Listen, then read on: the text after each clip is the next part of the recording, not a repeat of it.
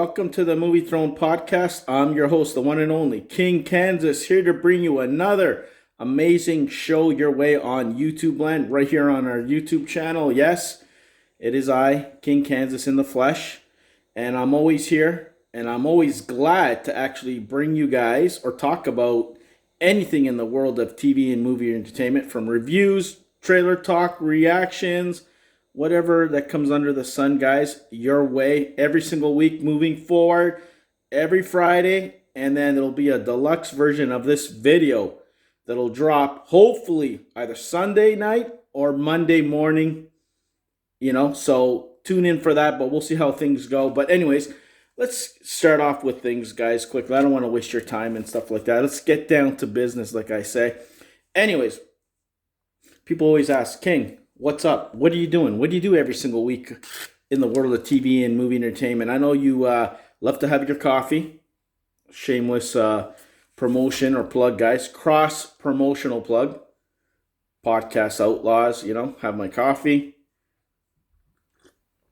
I watch a few TV shows in here. There's a whole bunch of TV shows that have been dropping recently, guys, like pilot episodes and stuff. You have the old shows ending. You got new shows. And cable TV has been lackluster, unless you're into that stuff like The Bachelor and all that bullshit, reality TV and stuff like that. There hasn't been too many shows, and the shows that I'm waiting are either coming back early winter or in the summer again. But anyways, there's a couple that I think you guys got to check out, which I was kind of surprised, okay? There is this new TV show called Good Sam. It stars, let me read this properly, Jason Isaacs and Sophia Bush. She plays in One Tree Hill. It's medical drama, guys, okay?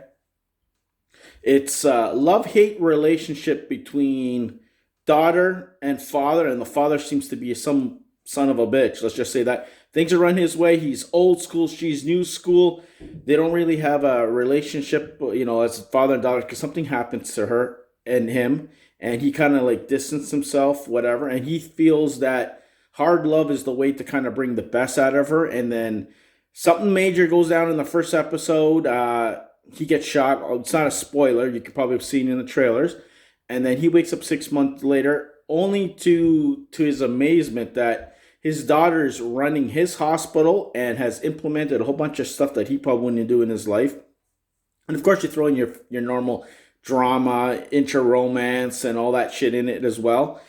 But I think it's pretty good. I watched the first couple episodes now, and I'm like, okay, always give it a couple episodes and see if you like anything. And if you don't, just pass on it. But I was like, oh God, another one? How many of these hospital dramas do we need on TV? It's I'm telling you, there must be at least a dozen of them on cable TV. And I'm like, another one?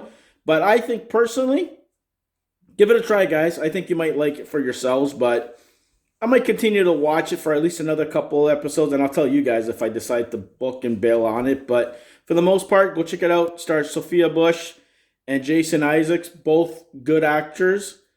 Just check it out, okay? And then another one on cable TV, guys, which it's filmed in Toronto, which is it's a comedy. It's called Kids Ruin Everything, and I'm like, no. So I gave it a try because it's filmed in Toronto. Stars Megan Rath and Aaron Abrams. I haven't heard of these two people at all. Basically, they're dealing with everyday life, have kids in their life, and how they play such a big integral part of their everyday life. And, they want to take a couple steps forward, they go backwards. I think it's only half an hour, 24 minutes anyways, So I checked the first episode of that, and you know what? I was surprised. I enjoyed it. It's not your typical, okay, they're going to put everything on the kids. And just for all you millennials out there, they got these pop-up things that pop up. And it's pretty cool how they kind of made it more modern day, like stuff that you guys use, all those tools and shit like that. I don't even use any of that. But it's cool how they implemented that. And it was enjoyable. I found myself liking it. But after a couple more episodes, there's no guarantees I'm going to keep on watching that shit. But for now, loved it. Recognized some of the scenes because it's filmed in Toronto.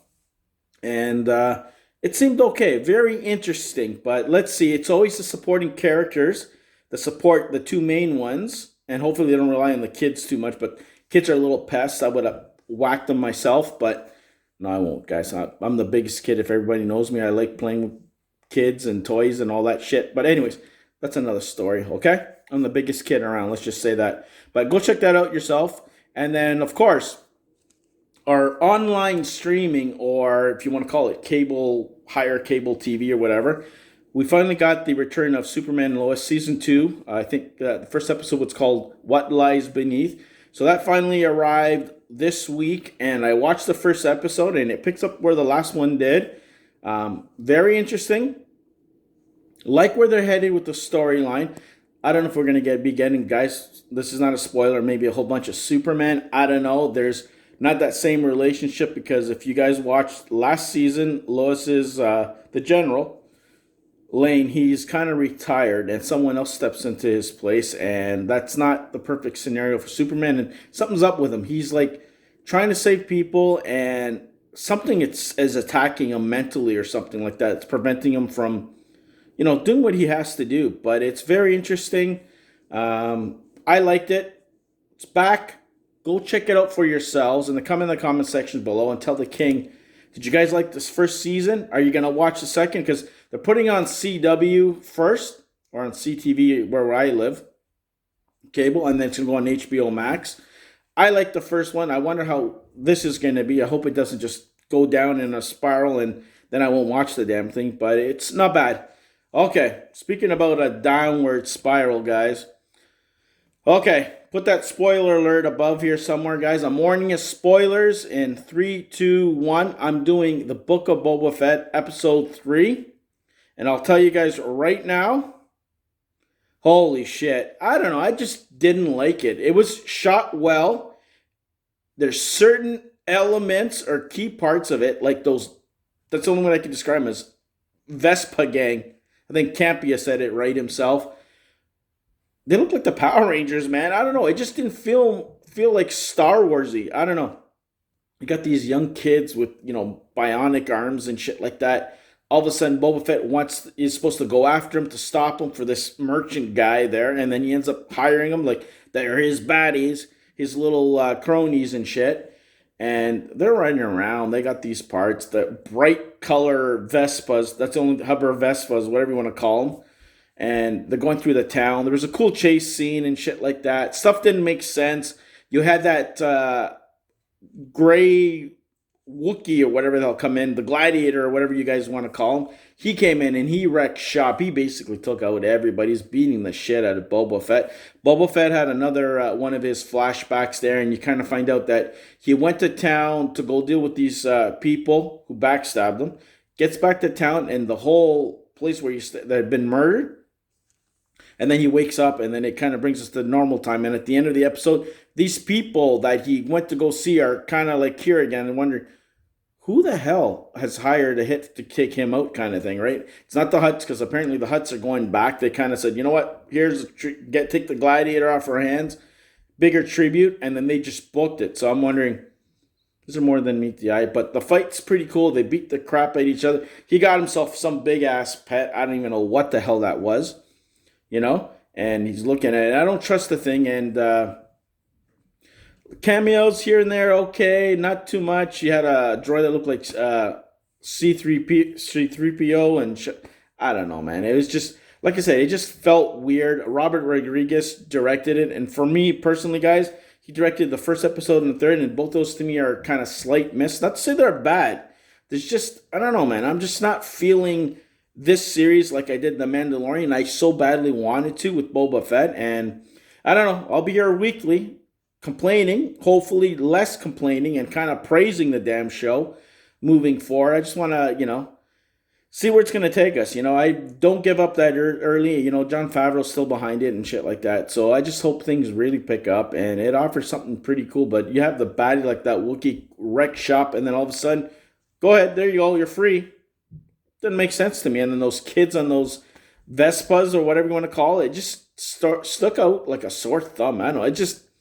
It didn't feel like a proper episode in my opinion. This is what I call a throwaway episode. But anyways, you guys let the king know below in the comment section what you guys think. Did you agree with me, not agree with me with Book of Boba Fett, Chapter 3, the episode? Did you like it? Did you hate it? I don't know. Give me your thoughts. I'm dying to hear what you have to say. But me personally, I didn't like it as much. But I'm still going to hang around.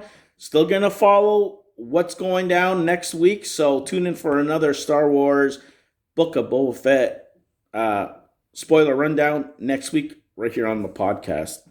All right, guys, let's get rid of that. The one thing I wanted to talk about, guys, that's still TV related is, of course, this little trailer, Bel-air. It's the new Fresh Prince of Bel-air reboot. The first trailer dropped. I watched it. It's dark. It's gritty. It's not like what we got before that it's all comedy and shit. It looks like a serious drama, and I like who they casted. The actors look good, dark. There's more to just, whatever happened to him. There's like a backstory to that, and it follows him where he goes. And there's a whole bunch of other elements, which I was really surprised.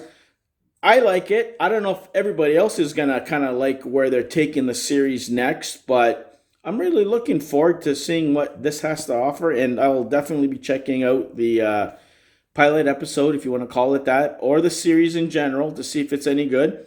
But if you're going to reboot something, why not add or change a little bit things up to make it a little bit more interesting, in my personal opinion. I don't want to watch the same shit with just different actors. It's a different take, different spin. I like it. Go check it out for yourself and come back here and let the king know if you agree with me or not. And if you don't, doesn't matter. You're entitled to your own opinion, and I'm not going to hold it against you. There you go, guys. Okay. Reviews, guys.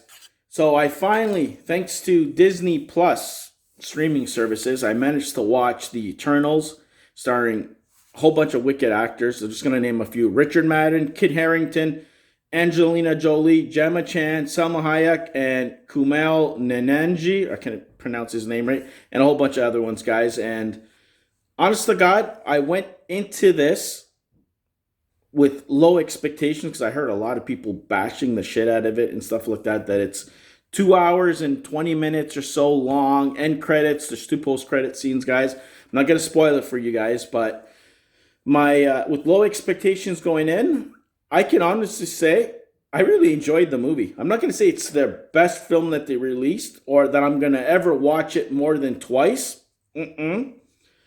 Well done. Special effects look pretty cool. Angelina Jolie's character really surprised me. I can tell you right now, I expected her to just do a little few things here and there and that, but she had kind of a big part.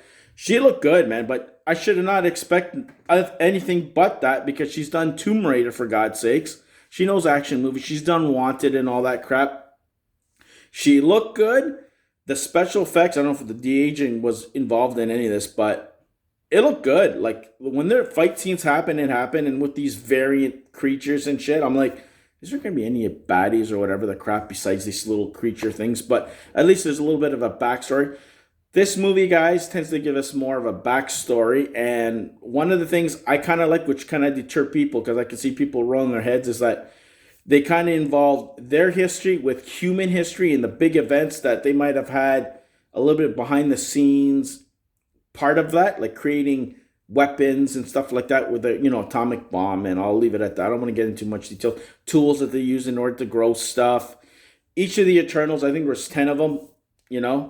Some of them don't make it. I'm going to tell you the guys right now. The ones that didn't make it, I was kind of upset because I was hoping we would see them more. But even when they were not around, they were still around, kind of sense, because they followed them throughout the story. There's a lot of jumping back and forth, so be prepared for that. If you don't like this present day past bull crap back and forth, but the way they done it, I think you could still follow it significantly.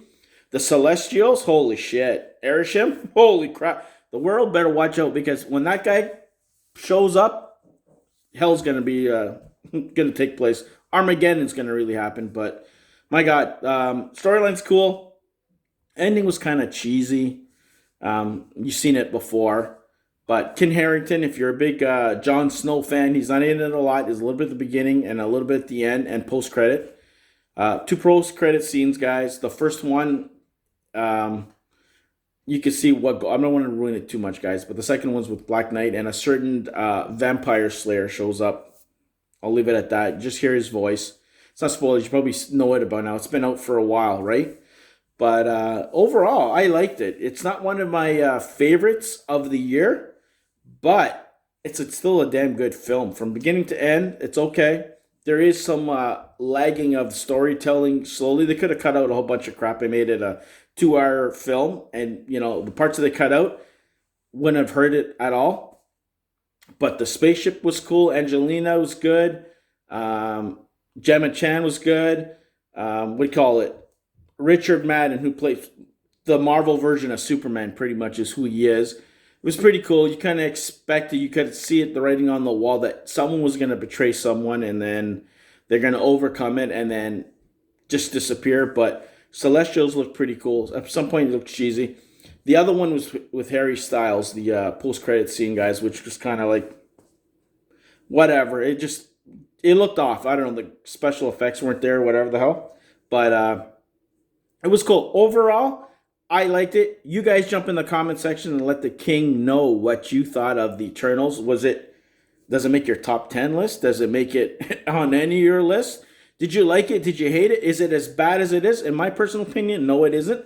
Like I always tell you guys, go check it out for yourself and then make that decision. Because I'm telling you right now, there's so many films that I've watched out there that people told me that it sucks, and then I actually watched it, it was pretty good. Or the other way around, that they told me it was good, but then it was rotten eggs, let's just say that. But I liked it. I enjoyed it. Maybe because my expectation level was low and it took me so long to watch it. I don't know. You guys let me know your thoughts below. Okay, guys, we come to the part of the episode or the show that I'm going to be basically going on my phone, and I'm going to be looking for what I like to call scrolling for headlines. Whatever in the world of YouTube, I want to see what some of the big stories are. I'll tackle a couple. I'm not going to tackle a whole bunch. You guys can go check it out for yourself. But I want to see what big deal there is in the world of movie and TV entertainment. But there's not a lot. Like, that's what I'm saying. Like, there's not too much to report. Let's see. Oh, Scream's coming out. So that's another one. Apparently, the reviews are mixed. People like it, don't like it. But to me, I don't know if I'm going to go see it. I'm not going to risk my butt to get COVID to go watch Scream. But that is coming out in theaters. It's a big deal. And apparently, people are freaking out about the Batman getting a PG-13 rating. Come on, guys. What do you really think you're going to get? A rated R? You're still going to get your violence. You're still going to get your action. You'll be okay. I hope the hell the film is good, because the way things look, I don't know, like trailers look good and shit, but I'm really worried that the storyline's going to be weak. But got faith. Matt Reeves is in it and all that crap. And apparently Valkyrie is going to be getting new powers in the Thor film. It's been revealed. You guys can go online and find out exactly what power she does get, but you can only expect that. But yeah, but people are really complaining about the Batman. And then, of course, there's Tom Holland.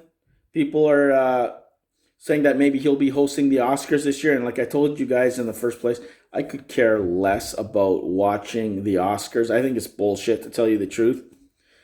People are going to like different films. Are you basing it on box office success or storytelling? What are you basing it on? That's the problem. Like, it's kind of like hit and miss over the years, just like the Golden Globes got shitted on. I think the Oscars, it's an old dinosaur, but it's a way for the actors to give themselves praise or a little pat on the back saying, we did a good job, let's go do it. Oh, this is a big deal, guys. Apparently, there's Mandalorian Season 3 delays. Really? There's only a little small thing called COVID and that Omicron virus going around. So there's going to only be expected to have some sort of delays, right? Some of the crew members might be sick or whatever the hell, production. I don't care. It's coming. That's all I care, is that they are filming a Season 3, because we were worried about, is Book of Boba Fett going to replace The Mandalorian? Like, we're not going to get a Season 3, but we know we are. And of course, there's Final Destination 6 coming our way too, which it's going to be directed by Spider-Man No Way Home director, Mr. Webb himself. So I don't know how good that's going to be, but And then the other one little quick mention I can mention, guys, before I let you guys go. Apparently, there's a lawsuit involving the Invincible creator. Kirkman apparently stole his ownership of the character and stuff, and they snaked him out of getting money for the series or some shit like that. And if they did, they're scumbags, which is crap. And of course, I got to mention this because I can't leave without saying this. Apparently, on the Batgirl set, there's, I guess, Michael Keaton's Batman has a Robin. And we don't know if the Robin's dead or whatever, but apparently there was a Robin with him. So they seen a mural or something like that with a faded picture of Robin and him. And people are breaking the internet. Oh my God, there was a Robin, and they're freaking out. And of course, there's a secret James Gunn DC series also in the works. So that's pretty much it, guys, from what I can see from scrolling the internet today. I'm pretty sure there's going to be a whole bunch of more news and stuff like that, but I don't want to take more than 5 minutes of your time to kind of like go with some of the headlines of the week or day and give you guys my honest opinion. And like always, if there's something that you guys come across, go in the comment sections below, post it. I'll be more than glad to respond or give my opinion to it. Or I want to hear your opinions on some of the stuff that I covered, from the trailer talk that I've done this episode, the reviews, the new TV series. Maybe there's a TV series that you guys say, hey, King, check this out. But there'll be more reviews and all that stuff coming your way. So there you go, guys. That is this week's episode of the Movie Throne Podcast. I hope you guys like it. Like, share, and subscribe. Check out my other content. And moving forward, guys, like I told you, every Friday, you'll get this version of the episode at 3 p.m.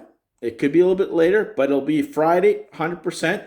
And then there'll be a nice done-up version, a deluxe edition of this episode with graphics and all this cool stuff on here. If you guys like to get, prettied up like the show once in a while on either a Sunday night or a Monday, you'll get that from me. It'll drop a couple of days later. But for now, you'll get my beautiful face and whatever I have to offer. So until then, stay off the King's Throne, and I'll see you guys all next week right here on the Movie Throne. Take it easy, and you better definitely be the hell good and safe. Take it easy, guys. King is out of here.